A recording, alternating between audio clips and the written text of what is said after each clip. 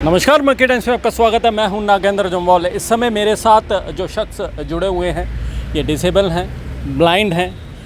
अब मुद्दा ये है कि ये रिटायर हो चुके हैं स्कीम्स श्रीनगर से। ये वहाँ पे थे senior dark room technician. Problems उस टाइम भी आती थी जब सैलरी लेनी होती थी, और आज की बात करेंगे तो रिटायर हो चुके हैं। मई मंथ में ये रिटायर हुए थे और अब जो है मई 31, 2022 यानी कि इसी साल में ये रिटायर हुए थे। अब दिक्कत ये आ रही है कि अब रिटायर होने के बाद जब पेंशन मिलती है आपको, और भी बाकी जो फ़ंड्स होते हैं रिटायरमेंट के बाद वो चीज़ें मिलती हैं, लेकिन इन्हें जो है इस चीज़ से महरूम रखा जा रहा है। कभी एक ऑफ़िस में भेजा जाता है, कभी दूसरे में भेजा जाता है।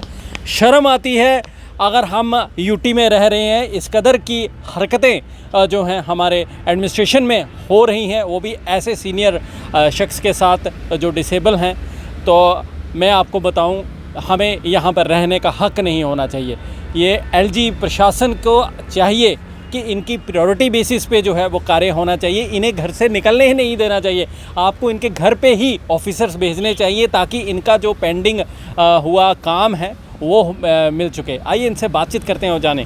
वीरेंद्र जी, आपका तो पहले स्वागत है। मैं आपका भी स्वागत करता हूं। आप लोग मीडिया के जो लोग हैं बहुत हर वक्त कोऑपरेट करते हैं। वीरेंद्र जी, मैं सीधी साफ बोलूँ, मुझे बुरा लग रहा है कि मैं आपका इंटरव्यू कर रहा हूँ, और इस कदर से कि आप लोगों के लिए जो है सरकार इतनी चीज़ें जो है वो लाती है, इतनी स्कीम्स लॉन्च की जाती हैं, लेकिन आप जिस तरह से एलिगेशंस जो है प्रशासन पे लग रहा है कि आपकी सैलरी जो है वो नहीं वक्त पे दी जाती थी। सैलरी हमें टाइम पे आती थी, क्योंकि बेसिकली मैं सौरा मेडिकल इंस्टीट्यूट में 90 के बाद में यहाँ मेडिकल कॉलेज जम्मू के साथ उन्होंने हर एक फॉर्मेलिटी जो भी थी डॉक्यूमेंट पूरे करने, वो उन्होंने टाइम पे किया। जबकि होता है 1 महीना पहले, मेरा 4-5 महीने पहले किया। और मैं धन्यवाद करता हूँ एजीज ऑफिस का, उन्होंने 3 महीने पहले ट्रेजरी, एडिशनल ट्रेजरी तालाब तिल्लू मुट्ठी को भेज दिया। सारी प्रॉब्लम जो आज है ये एडिशनल ट्रेजरी तालाब तिल्लू और सदर ट्रेजरी गुमट, इनकी प्रॉब्लम है। क्योंकि जो एडिशनल ट्रेजरी है वहाँ हमारा पेंशन, मेरा पेंशन और ग्रेजुएटी है, ठीक है। 2 महीने मेरा पेंशन आ गया, क्योंकि पहले कम्यूटेशन आ गई, फिर पेंशन आ गया। पहले जून में तो टाइम पे आ गया, जुलाई का डिले किया, फिर कहते हैं वोचर साइन करो। चलो मैंने किया एक बार उनको, और तो वो अगस्त में दे दिया। उसके बाद कहते हैं नहीं जी बार बार देना है। मैंने कहा वोचर क्यों, अगर डिजिटल इंडिया है ये किस लिए है। और आजकल सारा ऑनलाइन होता है और पैसे आते थ्रू बैंक। उनको मुझे कैश नहीं देना, मैं उनको साइन करके दे दूँ, उनको बैंक को भेजना है। तो इसके लिए मुझे समझ नहीं आ रहा कौन सी फॉर्मेलिटी है। एजीज ऑफिस वाले बोल रहे हैं नहीं जी कोई फॉर्मेलिटी ये नहीं है, हमने तो भेजा उनको फाइनलाइज करके। तो ना अगस्त का पेंशन अभी तक है, ना सितंबर का है, ठीक है। ग्रेजुएटी अभी नहीं है, नहीं जी फंड्स नहीं है। मुझे बता दीजिए, अगर मार्च में आ रहा 2 मार्च को केस, क्यों नहीं रखा गया प्रावधान, क्यों नहीं रखा, ये क्यों पेंडिंग रखे? क्या पार्टियों के लिए होते हैं इनको पैसे? अच्छा, हो गया ये। दूसरा हो गया जीपी फंड सदर ट्रेजरी से। जीपी फंड हमारा अपना पैसा होता है, वो हम अपना जमा करते हैं। अगर हम फंड्स में नहीं रखें, फंड वालों ने दे दिया इनको, हम अगर बैंक में रखेंगे हम दूसरे दिन निकाल सकते हैं, वो हमारी मर्जी कब निकालेंगे, ठीक है। अपना पैसा अपना जमा किया हुआ खून पसीने से, तो उसके बाद भी वो नहीं दे रहे। तो मैं इतना कहता हूँ दे दे 20% इंटरेस्ट ग्रेजुएटी में भी और इसमें जीपी फंड में भी। मगर पेंशन का अफसोस है, जो मेडिसिन लाते हैं शुगर के लिए, हाई प्रेशर के लिए, आज मेरे पास 4 दिन से मेडिसिन के लिए पैसा नहीं है, मैंने दवाई नहीं लाया। उसके लिए कौन जिम्मेवार है? अगर कल कुछ होता है, मैं आप लोगों के थ्रू ये बोल के रखता हूँ, अगर कल कोई प्रॉब्लम आती है उसके लिए हमारी एडिशनल ट्रेजरी जिम्मेवार है, खास करके director general accounts and treasury. आपने अभी तक किस किस को पत्र लिखा? सर, पहले मैंने शुरुआत की, ट्रेजरी ऑफिसर को लिख के भेजा क्या रीज़न है। दूसरा उन्होंने वापस दिया जवाब, ये जो डायरेक्टर जनरल फंड, ये अकाउंट्स एंड ट्रेजरी, वो नहीं फंड्स, उनको लिखा, कोई रिप्लाई नहीं। फिर मैंने कमिश्नर साहब को लिखा, कोई रिप्लाई अभी तक नहीं है। इन सब की कापी चीफ सेक्रेटरी को भी गई, एलजी को भी गई, chief commissioner for disability government of India. हाँ, वहाँ से टाइम लगता है, क्योंकि वो एक अपील होती है, वो उस पर कुछ ना कुछ कार्रवाई करेंगे। मगर यहाँ कोई कार्रवाई नहीं है। यहाँ हमें होप है एलजी साहब से, क्योंकि देखो RPWD एक्ट इन्होंने पहले यूनियन टेरिटरी बनने के बाद 15 महीने के बाद किया है। उसके बाद कह रहे हैं कमिश्नर अपॉइंट हुआ, वो पुराना ही है, वही पुरानी क्या कहते हैं, वो कहते हैं ना, मतलब नए इसमें डाल के वो फिर से दे दिया।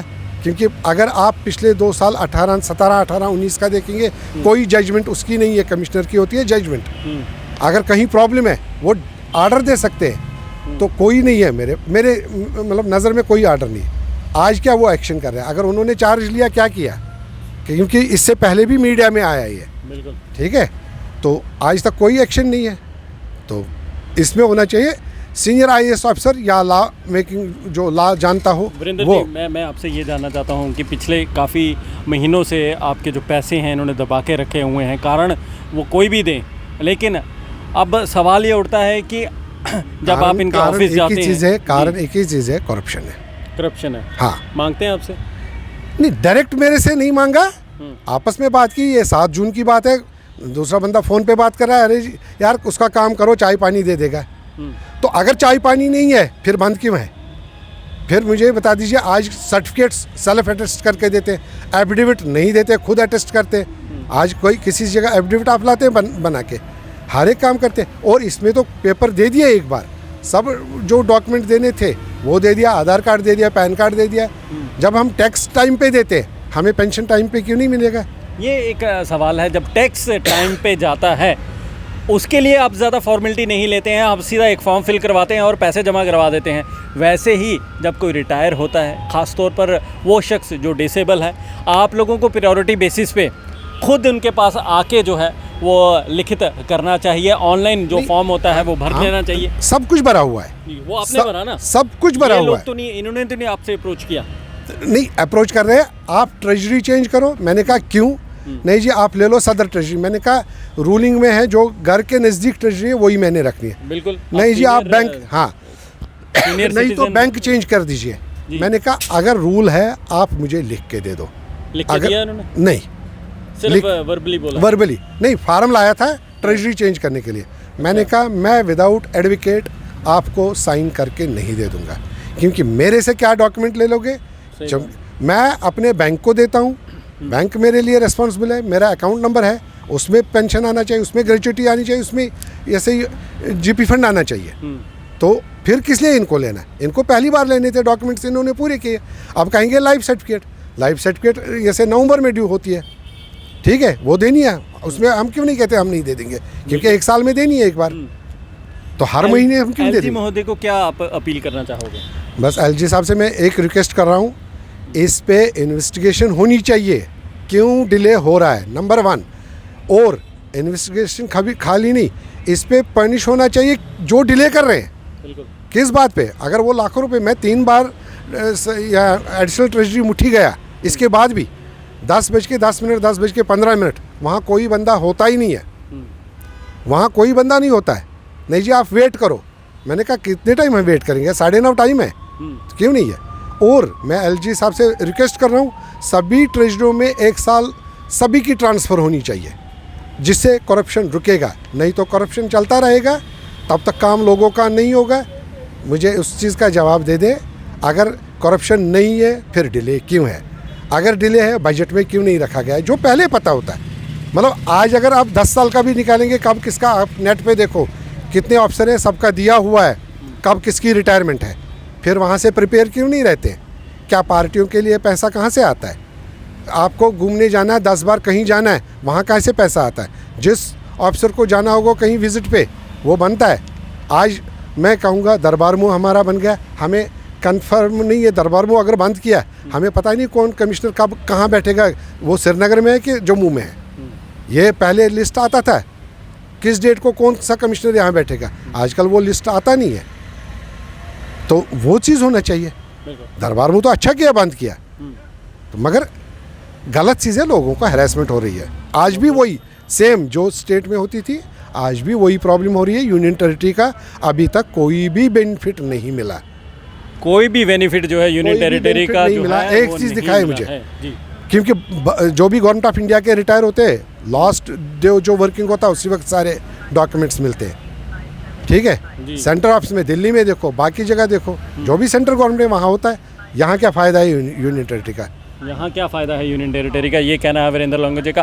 बहुत बहुत शुक्रिया हमसे बातचीत करने का। आपको ये बता दें कि ये यहाँ पर आ गया है केस मीडिया के सामने, जिस तरह से इन्होंने कहा, इनके जैसे कितने और होंगे जो अभी जब ब्लाइंड के साथ किया तो आम पब्लिक कितने होंगे, वो बेचारे आवाज़ नहीं उठाते, वो डरते हैं क्योंकि हर एक को पता नहीं कल क्या हैरेसमेंट करेंगे, ये उनको पता होता है। मैं आज प्रिपेयर हूँ, ये हो सकता है ये 2 महीने 4 महीने या हो सकता है मुझे ऑनरेबल कोर्ट के शरण में जाना पड़े, बिल्कुल, क्योंकि हर वक्त मुझे जाना पड़ा कोर्ट के शरण में। आप सुन सकते हैं किस तरह से इन्होंने जो है ये बताया है कि इनके साथ किस तरह से ये घटित हुआ है।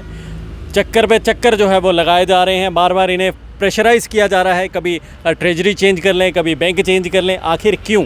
अगर वो लॉ में है तो ये कहते हैं कि मैं कर लूँगा, मुझे बता दें, कहीं लिखा हुआ है तो वो भी नहीं बताना, और ये भी नहीं बताना कि आपने जो है पहले ये ऑफिस जाते हैं तो वहाँ पे इनको वेट करवाया जाता है। एलजी साहब को भी इन्होंने जो है वो गुहार लड़ाई है कि मेरा जो कार्य है वो जल्द से जल्द किया जाए। अब आपसे ये सवाल उठता है कि ये रिटायर हो चुके हैं, सीनियर सिटीज़न हैं, क्या शोभा देता है? प्रशासन को भी ये सवाल जो है ये उठता है, क्या शोभा देता है कि ऐसा शख्स जो है वो बार बार घर से बाहर निकले, अपनी ही कमाई जो है उसको लेने के लिए धर धर की ठोकरें जो है वो खाए?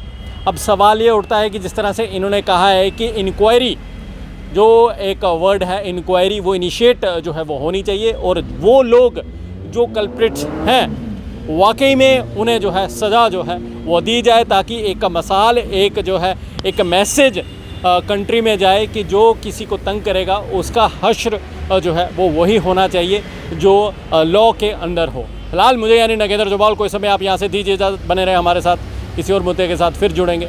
शुक्रिया।